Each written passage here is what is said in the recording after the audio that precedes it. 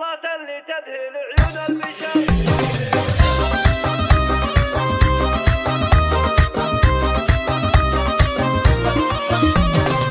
طلت اللي تذهل عيون البشر واشرق النور البهي بقبالها، وقفوا لقبالها عز وقدر تستحق ام العروس جلالها، وباسمها بعبد الله يطيب الشعر والقصايد فيها تزهق سالها، والقصايد فيها تزهق سالها.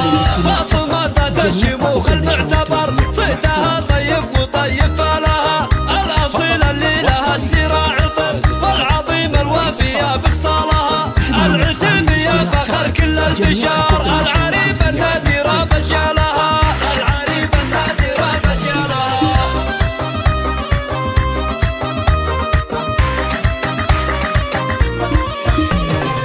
والعطاء معناها مد البحر الكريم اللي تمن سلسالها، وساسها ام العروس عز وفخر ربنا شان العلا اعطى لها، ليله الفرحه لها اعلى اثر والفرح في بنتها يهنى لها، والفرح في بنتها يهنى لها. والعروسه بنتها اخت القمر سعرها اللي زينها غطى لها، سعره فيها المدايح كالدرر شيخة الزين الفريد اخصالها، للعروس وامها النور الاغار للمحاسن والمزايا امثالها، يا عسى افراحهم طول العمر والحياه جعل السعاده فالها، والحياه جعل السعاده فالها. طلت اللي تذهل عيون البشر واشرق النور البهي بقبالها، وقفوا لقبالها عز وقدر تستحق ام العروس جلالها، وباسمها بعبد الله يطيب الشعر والقصايد فيها تزهق سالها، والقصايد فيها تزهق سالها.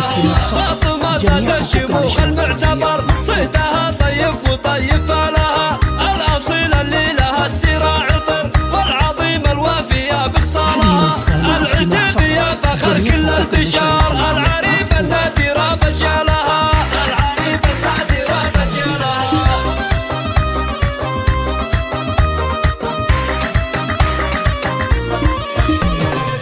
والعطاء معناها مد البحر الكريم اللي تمد جسالها، وساسها ام العروس عز وفخر ربنا شان العلا اعطى لها، ليله الفرحه لها اعلى اثر والفرح في بنتها يهنى لها، والفرح في بنتها يهنى لها. والعروسه بنتها اخت القمر سعرها اللي زينها غطى لها، سعره فيها المدايح كالدرر